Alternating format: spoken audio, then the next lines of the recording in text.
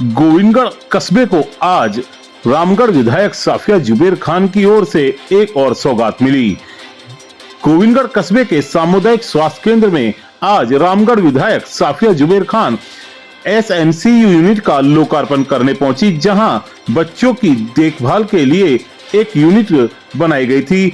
भवन में जो कमरे बनाए गए वो उच्च तकनीक के बनाए गए हैं, जिसमें कि पूरे भवन में उच्च क्वालिटी की टाइलें, साथ ही प्रत्येक कमरे के अंदर AC लगे होने से बच्चों की उचित देखभाल भी हो सकेगी। यहाँ पर उन्नत किस्म की मशीनें यहाँ पर भेजी गई हैं। गौरतलब है कि गोविंदगढ़ कस्बे के सामुदायिक स्वास्थ्य केंद्र में अलवर जिले में दूसरे या तीसरे नंबर पर डिलीवरी होती है और यहाँ का हॉस्पिटल इस क्षेत्र में कई अवार्ड भी विजयी हो चुका है। इसके अलावा विधायक ने पंचायत समिति में घाट, शीतल, तालड़ा, रामबास, शीतल, बुट्टियाना, खेड़ा महमूद पंचायतों के कार्यों का भी शिलान्यास किया।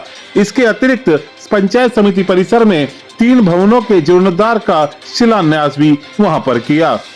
विधायक ने एक मील का पत्थर स्थापित करते हुए वहां पर कहा कि आम जन को संबोधित करते हुए बताया, उन्होंने सिर्फ एक ही लक्ष्य बनाया हुआ है, क्षेत्र का विकास।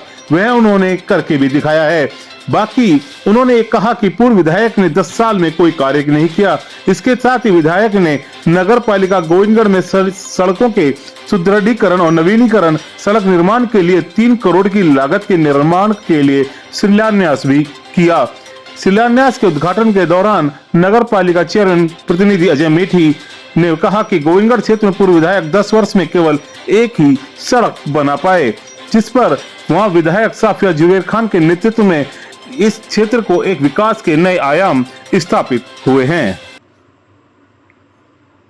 5 साल पहले आपने मौका दिया था कांग्रेस को और मुझको कि हम यहाँ से चुनाव जीते।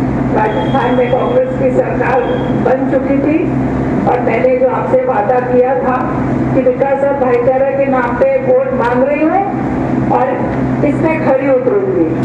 और पिछले 5 सालों में आपने देखा है विकास की कोई कमी नहीं रही है और भाईचारा इलाका में बहुत अच्छा रहा। कोई घटना नहीं हुई है, कोई रंगर पहलू जैसी घटना ही नहीं हुई है। बहुत अच्छे से हमने रामगढ़ को संभाला। तो मेरा आपसे ये कहना है कि देखिए इस तरफ को आप समझिए कि यहाँ पिछले 10 साल से बीजेपी के विधायक थे जो आते थे, बड़े बड़े बातें करते थे और चले जाते थे।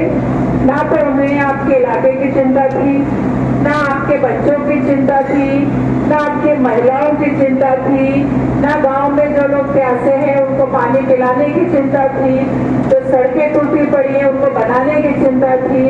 उनको कोई चिंता नहीं थी, क्योंकि उनके पास एक हथियार था कि नारे लगाओ और लोगों को हिंदू मुस्लिम में बांटो और MLA बन जाओ। उन्होंने इसी फॉर्मूले पर चुनाव लड़ा और कामयाबी हासिल करी। लेकिन पिछली बार मुझे लगता है लोगों में काफी जागरूकता आई। उन्होंने इस बात को समझा कि काम तो कांग्रेस की सरकार में होते हैं और उन्होंने सही समय में कांग्रेस का विधायक यहाँ से बनाया। तो आप सबका तो मैं धन्यवाद देती हूँ और मुख्यमंत्री जी अशोक गहलोत जी का भी धन्यवाद देती हूँ, जिन्होंने ये सब विकास करने में हर संभव मदद हमारी करी। जो मांगा उन्होंने दिया। जिस नेता की कलम में ताकत होती है उसका विधानसभा बहुत आगे तक जाती है। देखिए मेरी कलम की ताकत आप लोगों के पीछे थी और आपके हमेशा पीछे ही रहेगी। आप मुझे जितना मजबूत करोगे मेरी कलम उतनी मजबूत होगी और कलम का इस्तेमाल मैं आप लोगों के विकास के लिए करूंगी। देखिए गांव में स्कूलों की कमी थी, 12th के स्कूल नहीं थे, इंग्लिश मीडियम स्कूल नहीं थे, कॉलेजेस नहीं थे। ये सारी व्यवस्था हमने पूरी विधानसभा में करी। आप चूंकि गोविंदगढ़ में रहते हो तो शायद आपको पता नहीं होगा कि हमने रामगढ़ में क्या किया। रामगढ़ में हमने मुबारकपुर एकदम कोना है हमारी विधानसभा का, वहाँ भी आज हमने कॉलेज चला रखा है कि इस बार एडमिशन हो गए और बच्चे वहाँ कॉलेज में पढ़ रहे हैं। रामगढ़ में कॉलेज खुल गया, बड़ौदा में लड़कियों का कॉलेज खुल गया और एक ITI कॉलेज भी खुल गया कि रामगढ़ विधानसभा के बच्चे अगर ITI करना चाहें तो उनके लिए ये व्यवस्था भी सरकार ने करी। मतलब जितना मुख्यमंत्री से वो करा दिया। अभी चेयरमैन साहब कह रहे थे कि 32 साल बीजेपी में रह के आए हैं और एक सड़क बनवा पाए, यह भी एक परेशानी की बात है। ऐसे चेयरमैन साहब के जैसे बहुत से लोग होंगे इस इलाके में जो बीजेपी की दरी बिछा रहे हैं और एक काम उनके पास गिनाने के लिए नहीं होगा। बहुत से लोग ऐसे, क्योंकि वो तो झूठ के पैमाने पे चुनाव लड़ते हैं और हमारे पास तो एक ही हथियार है, विकास विकास विकास विकास और शक्ति जुरात्रियों का साथ। हम तो इसी की बात करते आए हैं। मुझे पता है जब मैं जिला प्रमुख थी और आपके यहाँ से सुखवंत जी प्रधान थे तो बंदा जी हमेशा परेशान रहती थी, मैडम लोकल प्रधान है, मुझे तो 1 रुपया नहीं देता है, जबकि यही रहते हैं। उन्होंने 1 रुपया इस गोविंदगढ़ ग्राम पंचायत में नहीं दिया था, लेकिन मैंने भी उनसे कह रखा था क्या टेंशन में तो मुझसे डबल लेके जाओ आप तो, लेकिन काम करते रहो। तो जो व्यक्ति आप देखिए इस बार विकास की चिंता ही नहीं करेंगे तो वो किसका, उससे आप लोगों को क्या फायदा होगा? आपके बच्चों का कोई भविष्य सुधरेगा? आपके घर परिवार विकसित होंगे? किसी की नौकरियां लगेंगी क्या? कुछ भी नहीं होगा। ये चिंता तो देखिए हम कांग्रेस के लोग करते आए हैं। हम चाहते हैं कि गांव में रहने वाले हमारे जो किसान भाई हैं, दूर दराज के इलाके में रहने वाले जो परिवार हैं, उनको सब सुविधाएं होनी चाहिए। इसी के तहत सरकार ने चिरंजीवी स्वास्थ्य बीमा योजना शुरू करी। बड़ी बड़ी बीमारियां जब होती है तो लोग इलाज नहीं करा पाते और बीमारियां भी बहुत बढ़ गई हैं इसमें। तो अब अपना स्वास्थ्य बीमा योजना करवाइए, जुड़िए और इलाज घुटना बदलो, किडनी बदलो, बुखार हो, हार्ट की बीमारी हो, सारे इलाज आपके फ्री होते हैं। बहुत बड़ा खर्चा होता है, वरना किसानों की जमीनें बिक जाती थी और जमीनें गिरवी रखी नहीं जाती थी और बाई चांस कोई मृत्यु होती है तो 5 लाख और 2 की होगी तो 10 लाख रुपए परिवार को देते हैं। बहुत बड़ी बात है देखिए आप। और जो बुजुर्गों की पेंशन कांग्रेस ने शुरू करी थी 500 रुपए से, उसको भी मुख्यमंत्री जी ने महंगाई को देखते हुए 1000 रुपए कर दिया। अब घर में बुजुर्ग दंपति हैं तो 2000 रुपए आएंगे और बिजली आपकी 100 यूनिट फ्री कर दिए घरेलू, तो बिजली का बिल भी उनका नहीं आता है। और गेहूं के साथ दाल चावल तेल मिर्च मसाले नमक तक दिया जा रहा है कि 2 वक्त की रोटी आपको मिल जाए। और गैस का सिलेंडर तो 450 रुपए में था 2013 में जब कांग्रेस की सरकार थी दिल्ली में, और आज की तारीख में 1100 रुपए का सिलेंडर बिक रहा है। और इनके बड़े बड़े नेता 1 रुपया बढ़ता था ना सिलेंडर पे, सड़कों पे आंदोलन करने पहुंच जाते थे इनके बड़े बड़े नेता बीजेपी वालों के, और अब किसी के मुंह से चू भी नहीं निकल रहा है। और राजस्थान में हमारे मुख्यमंत्री जी ने ये 500 रुपए में सिलेंडर दिया है। बहुत बड़ी बात है, बहुत बड़ी बात है। ये देखिए आप इस बात को समझिए, इस गैस के चूल्हे जलने तक की चिंता हमारे मुख्यमंत्री जी ने करी। स्कूल के बच्चों को 1 ग्लास दूध नहीं मिलता था, लेकिन अब स्कूलों में भी बच्चों को दूध दिया जा रहा है।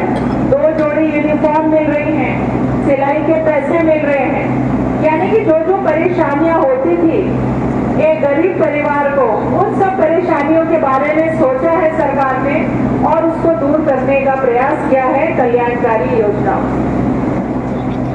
इन सबको छोड़ो, आजकल तो मोबाइल फोन और महिलाओं को मिल रहे हैं और सभी महिलाओं को मिलेंगे। देखिए पहले फेज में विधवा महिला और जो बच्चियां हमारी पढ़ने जा रही हैं ताकि वो और प्रोत्साहित हो, उनको मोबाइल मिल रहे हैं। सेकेंड फेज में वो क्राइटेरिया बनेगा तो उनको मिलेंगे, लेकिन मिलने सबको मोबाइल है, ये बात को देखिए तय।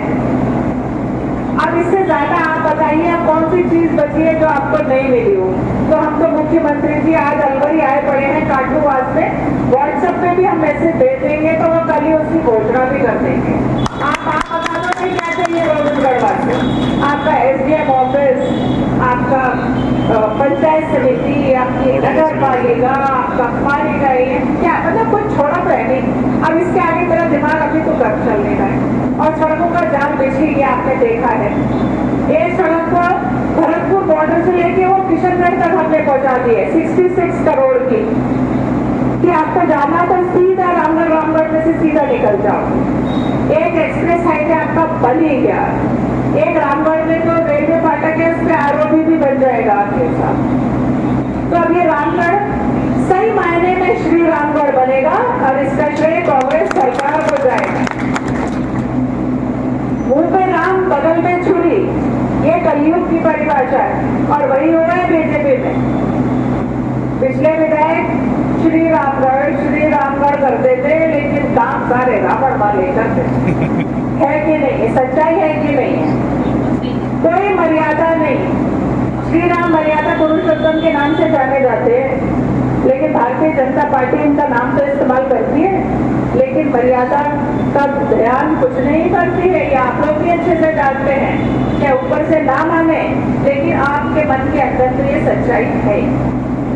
तो मैं हमेशा कहती हूँ कि देखिए, भाईचारा बना के रखिए, बड़ों का सम्मान करो, मोहल्ले में अच्छे व्यवहार होना चाहिए, लोग आपस में मिले बैठे, शादी में उठे बैठे, चाहे कोई धर्म हो कोई जाति हो, भाईचारा बना रहेगा तो आप लोग खुश रहोगे। और आप सोचो कि मैं बड़े की लड़ाई में सब पिछड़ जाओगे, ये सच्चाई है। देखिए, मैं तो आपको समझा ही सकती हूँ। अगर चारों तरफ आप भूखे बैठे होंगे और बीच में आप थाली भर के रोटी खाओगे तो कोई अच्छा लगता है क्या? नहीं लगता ना। जो अच्छा इंसान होगा तो सोचेगा सबको एक एक निवाला तो मैं दूं और फिर मैं खाऊं। ये हमारे हिंदुस्तान के संस्कार हैं। अब हम अपने संस्कारों को, अपने धर्म में क्या बताई बातें उनको भूल के ये बीजेपी जो क्या बोलती है झूठ, उस पर ध्यान दें तो ये गलत है। जो जिस धर्म का है, अपने धर्म की आप अच्छे से पालना करोगे तो आपके कर्म भी अच्छे हो जाएंगे और आप एक अच्छे इंसान ही बन जाओ। मैंने तो सब धर्मों को पढ़ा हुआ है और सब में अच्छी बातें लिखी हुई है, लेकिन हम उनको कितना मानते हैं ये मायने रखता है। तो मेरा आपसे यही कहना है कि देखिए, अच्छाई के साथ चलना सीखिए। अगर हम गलत बोलेंगे तो हमारे बच्चे गलत ही सीखेंगे। हम चाहते हैं हमारे आने वाली पीढ़ियां समझदार बने, पढ़ी लिखी बने और आगे बढ़े। सरकार ने बहुत शिक्षा के क्षेत्र में काम किया है और इन बच्चों के पढ़ाने की जिम्मेदारी तो देखिए आप लोगों की भी है। और बिना शिक्षा के कुछ नहीं है, कोई नौकरियां नहीं लगती है, कुछ नहीं लगती। कॉम्पिटिशन बहुत टफ है आज की तारीख। तो मेरा आपसे यही निवेदन है कि मैंने स्कूलों की शिक्षा की, कॉलेजेस की, इंग्लिश मीडियम स्कूल्स की, टीचर्स की सारी व्यवस्थाएं करी हैं, तो उनका पूरा फायदा आप लोग उठाएं। और इस बार ये निश्चित है कि सरकार दोबारा बन रही है, तो अब आपका गोविंदगढ़ और आगे चला जाए।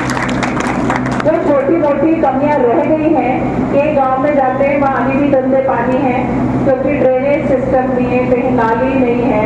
ये छोटी छोटी दिक्कतें जो गांवों की है, पंचायतों की हैं, उनको भी अगली बार हम प्रयास करेंगे 100% करके कि गांव में कीचड़ का नामो निशान ना हो और लोगों के घर घर में नलके लग जाए और महिला पानी के लिए परेशान ना हो। ये 2-4 बातें हैं, इन पर ध्यान हमें और देना पड़ेगा और युवाओं को रोजगार मिले। ये भी एक बहुत बड़ी बात है कि युवा हमारे अगर रोजगार से जुड़े रहेंगे तो गलत बातों में इनका ध्यान नहीं जाएगा। सरकार ने बेरोजगारी भत्ता तो शुरू किया है, लेकिन फिर भी हमें रोजगार कैसे बढ़ाए इसके बारे में हमें और चिंता करनी पड़ेगी। छोटे छोटे रोजगार विकसित करने पड़ेंगे, क्योंकि लड़कियां तो शादी करके घर संभाल लेंगी, काम चल जाता है, लेकिन लड़के जो पढ़ लिख के जवान हो जाते हैं तो उनको तो घर चलाने के लिए नौकरी चाहिए, नहीं तो घर में माँ बाप भी उनको ताने देते हैं लड़कों को, कह रहे ये तो कमाई ना रहो। अब बेचारा कहाँ से कमाए जब नौकरी नहीं मिल रही उस बेचारे को? तो ये बहुत बड़ी परेशानी है इलाके में। लेकिन अगली बार हमारी सरकार बन रही है, मुख्यमंत्री जी इस बारे में भी ध्यान देंगे और आज आप सबने बुलाया, बहुत बहुत